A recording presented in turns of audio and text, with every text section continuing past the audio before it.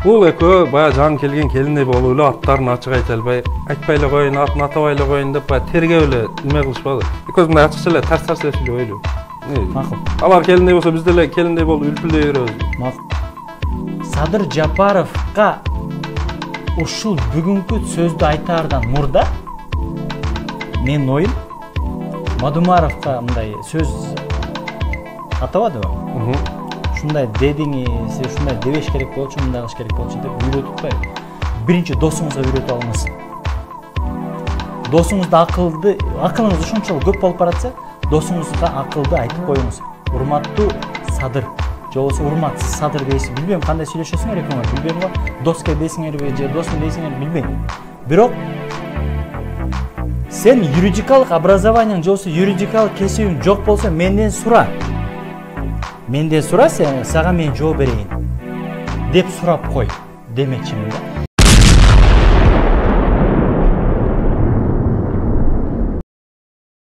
да. Достор, жолугушуулар ушундай кызык болуп атат. Аябай сонун көп жерлерин көрбөй калып атасыздар. Себеп дегенде көрүп жеринде биз жетишпей калып атабыз. Ошондуктан биз кыскача маалымат катары айта кетели. Кээ бир адамдар айтып атат, кээ бирки чоң лидерлер, ошондой бийиктикте отурган адамдар айтып атат. Ушул киши өзүнүн программасын айтпай эле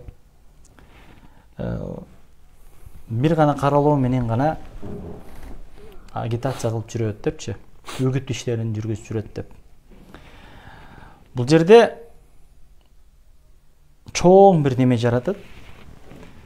Урматтуу ошол Адахин Кимсанбаевичке айткан мырза. Мындай кылбайлыбы, Милла мырза? Бул экөө бая жан келген келиндей болуп эле аттарын ачык айта албай, айтпай эле коюн, атын атабай эле коюн деп бая тергеп эле неме кылышпады. Экөөбүз мындай ачыкча эле тарс эле сүйлөбөйлү. Макул. Алар келиндей болсо биз деле келиндей болуп үлпүлдөй беребизби? Макул. Адахин Кимсанбаевич Лейлек шаарында өзүнүн артынан кароолоп жаткан Садыр Жапаровдун кароолоосуна жооп катары жооп кылды. Ага Садыр Жапаровга ушул бүгүнкү сөздү айтаардан мурда менин оюм Мадумаровга мындай сөз атабадыбы? Шундай дедиңиз, шундай дебеш керек болчу, мындай кылыш керек болчу деп үйрөтүппай. Биринчи досуңузга үйрөтүп алыңыз. Бул биринчи. Досуңузда акылыңыз ушунчалык көп болуп баратса, досуңузга акылды айтып коюңуз. Урматтуу Садыр, же болбосо урматсыз Садыр дейсиз. Билбейм кандай сүйлөшөсүңөр экөөңөр, билбейм го. Доска дейсиңерби, же досум дейсиңер, билбейм. Бирок бир жерде жашап атасыңар билебиз. Ошол жакта, резиденцияда. Кошунасыңар. Кошунам. Сен юридикалык образованияң же болбосо юридикалык кесибиң жок болсо менден сура. Менден сура, сага мен жооп берейин деп сурап кой демекчимин да. Сен окуп аткан кагаз бул юридикалык документке ээ эмес.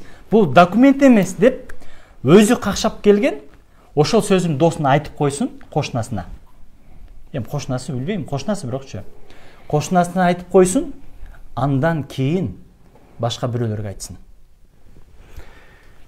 Демекчимин. Бул кандай дейсиң, ушул видеону биз көрүп алып тургандан кийин мындай неме кылсак кандай болот? Мындай элге түшүнүктүү болуш үчүн. Макул. Неме? Койсоң Ташиевдин жанагы видеосун. Бул жерде көпчүлүгү эмне жөнүндө сөз болуп атат деш мүмкүн. Бул жерде Камчыбек Ташиев, Садыр Жапаров, Мадумаровдун ортосунда башынан койгон. Бул кайсыл жерде жолугушуу экенин билбейт экенбиз, бирок бизге таштап коюптур. Менимче ушул жооп болуш керек депчи. Менимче Камчыбек Ташиев Мадумаровдун адресине айтып болуш керек деп ойлойм. Бул биздин оюбуз. Ошондуктан угуңуздар. Экөө сөз айтып коеюн. Кечээ бир кандидат Лейлекке барып сүйлөп атат. Жапаров дейт, тигил президент Жапаровду айтып атат. Исхак Разаковду күнөөлөп атат. Ошону жамандап атат деп. Ошол элдин алдына барып ушинтип жок жерден жаман сөздү айтып, бирөөнү күнөөлөп, бирөөгө бир жаман сөздөр жабыштырбастан өздөрүнүн программасы менен бүгүн шайлоону жүргүзсө жакшы болот эле. Себеби дегенде эч качан Садыр Нуркожоевич Исхак Разаков жөнүндө оозунан жаман сөз чыккан эмес. Топ, ушул жерде казаган бул жерде айтып атат. Туура. Садыр Жапаров, Исхак Разаков деп ушул боюнча кадрды коюп көрбөйсүңбү? Сен бул жакка келип турөр. Кадрды ушул боюнча коюп көр. Туура. Айткан эмес Исхак Разаков деп.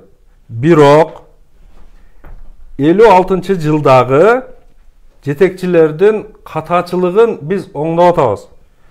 Алардын ошибкасы деп туруп кайра катачылыгын деп айткан жери бар да. Ошолорду биз оңдошко туура келип атат. Ошолордун мындайча айтканда, ошолордон калган проблеманы биз чечип атабыз, решать этип атабыз деген маанини айткан. Адахан Мадумаров не деди? Исхак Разаков дедиң деп айтты. Жок. 56-жылы ким эле жетекчи? Төрөбай Кулатов ошол малдагы азыркы тил менен айтканда, мындайча айтканда спикер эле. Төрага эле. Абды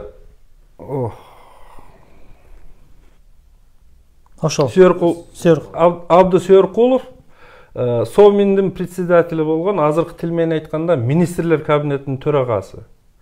Премьер-министр буга чейинки. Экинчи мындайча министрлердин чоңу болгон. Совминдин председатели. Исхак Разаков жетекчи болгон.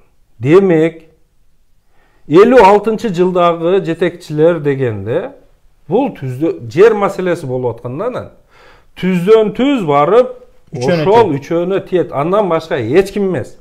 Исхак Разаков ага кол коюп болсо, ал 19.000 гектар жер эмес, 19 метр жер дагы Өзбекстанга өтпөйт. Себеби бул мамлекеттер ортосунда сыртынан бардыгы Советтер Союзунун карамагына киргенибиз менен өз алдыбызча ар бирибиз республика болгонбуз. Демек, бир республикадан 19.000 гектар жер экинчи республикага өтүп атса, демек ага эң башкы ошо малдагы, мындайча айтканда, президенттин же болбосо биринчи секретардын колу коюлбаса, ал өтпөйт да. 19 метр, 19.000 эмес, 19 дагы өтпөйт. Ошону айтып атат. Айтса, бул жерде бул айтып атат, ал Исхак Разаковду айтпай, алдап атат. Анан ким деш керек? Может, бул эки дос билбей, 56-жылы кайсы жетекчилер болгонун билбей туруп айтып алды. Эгер билсе, андан башка тарыхты өзгөртүүгө болбойт. 56-жыл эмес, 45-жылдан баштап 45-тен 50-ге чейин Совминге председатель болгон Исхак Разаков.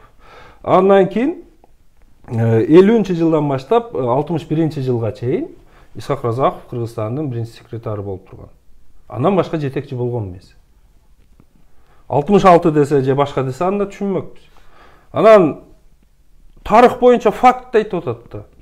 56-жылда андан башка жетекчи болгон эмес. Мындай деген талаш ушул жерде бар да. Садыр Жапаров, чындыгында Садыр Жапаров мындай атын атабай эле коеюн, жетекчинин деп туруп, мындай кагазга ороп туруп айтып атат да. Аны досу Камчек Ташиев мындай кагазды ачып туруп окуп берип койду да. Бүгүн эми кайра мындай кененирээк айтып, ошол учурдагы баягы айыл өкмөт башчылары азыркы тил менен айтканда, ал учурда не деп аталган, мисалы райис полком деп айткан, же дагы башка, же кийинчерээк башкарма. Ушинтип ошол учурдагы ошол айыл өкмөт башчылары райондун, райкомдун, обкомдун жетекчилери деп атат да. Обкомдун жетекчиси дагы өзүнүн 19.000 гектар жерин коңшу өлкөгө берип кое албайт. Ал коңшу областка өткөрүп бериши мүмкүн, коңшу өлкөгө өткөрүп бере албайт. Анан акырында айтып атат, мамлекеттик жетекчилер деп кайра өзү подтверждать этип атат. Бул несі? Ташиевтин 56-жылы ким жетекчи болуп турганын билбегендигинен маалымат береби, же ушинтип эле айтып койсо баягы тарыхты билбеген эл ошого ишенип ала берет деп эптеп эле мындай каралоо болуп калды, эптеп эле баягы. Жок, бирок Ишенесизби ушул сөздөрүнөчү? Булардын өздөрүнүн мындай тобу бар да. Ишенесизби бул жанакы шок деп айтышат буларчы. Бул шок дейби жанакы ханыбыз келетат, анан кийин биздин вазирибиз мынтип сүйлөдү, ура деп анан кийин жарды, анан алар үчүн бул десерт дей. Несин айтасың? Первый мисалы биринчи тамакка, суюк тамакка Садыр Жапаров суюк тамак берип атса, бул десертин берип, экинчисин менен үстүнө десертин кошо берип коет атпайбы? Не дейсиң?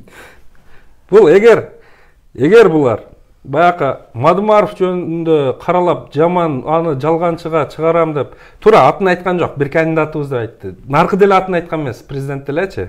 Ташиев деле бир кандидат деп айтты, баягы жаңы келген келиндер ушундай болот билесиздер да. Кайын тергеп эч кимдин атын айта албай эле, ана кыз, тигил бала, чоң бала, кичине бала деп эле кандидат дегендей кылыпчы, же болбосо депутат бала деп жеңелер тергеп жүрө берет. Ошондой жеңедей болуп эле үлпүлдөшөт. Ким Лейлекте ким жооп бергенин көрдүк, ким айткан. Биз мындай сиздер андан башка эч ким деле бар эле. Сиздер эфир аркылуу көрсөңүздөр, биз түз ошол жерден уктук, ошол жерде көрдүк. Нагыл айтты. Адахан Мадумаров айтты. Нагыл айтты. Адахан Мадумаров айтты. Сен Исхак Разаковго асылба деп тийбе деди. Мага мени канча каралсаң ошончо карала, бирок аны тийбе деди. Улантып туруп койбойлубу? Же токтото алышыбы? Негизи түшүнүктүү эле болду, менин оюмча көпчүлүк көрдү окшойт. Көрбөгөндөр кирип көрсөңүздөр болот. Бүгүн Пекир KG сайтынан жакшы бир материал чыгарыптыр. Биз аны көрүп таң калдык чындыгында. Разы болдук. Бирок бир аз алдагы чечмелегенге неме экен? Чечмелеш түшүнбөгөндөр түшүнбөй калат, түшүнгөн адамга аябай жакшы жетиштүү кылып жасаптыр.